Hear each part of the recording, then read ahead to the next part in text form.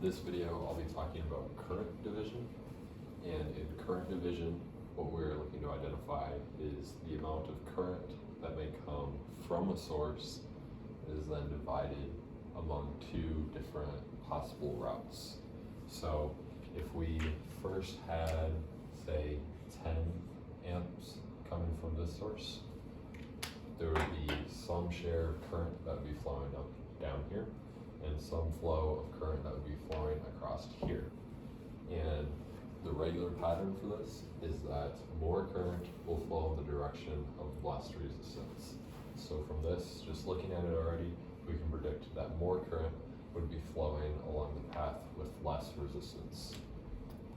The equation that we used with current division is that the current of our first route is equal to the resistance of our second route over the resistance of the total times our total current. So something that you need to know about this is if you're looking for the first current, say this is our first direction and this is our second direction, that our first current, you are using your second resistance. That's something important to note that you might get mixed up on easily.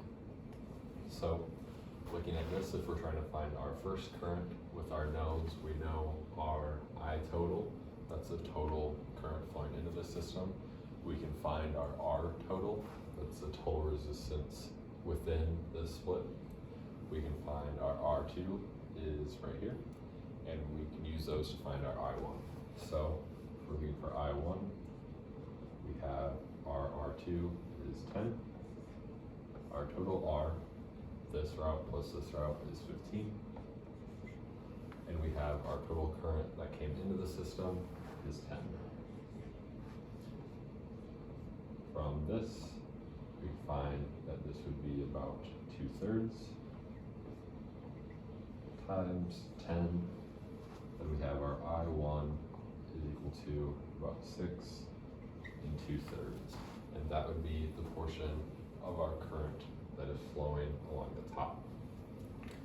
The other thing that we can find from this is if we know that our I1 is only 6 2/3, that the rest of the current must have to be flowing this way, so that we can say our 6 2/3 plus our second current needs to be equal to our original. So right, so 10 came in, 10 has to go out, but it's just being split in a different way now. So this will leave us with I2 is equal to 3 1/3. And you can use this whenever you need to find the resistance or the current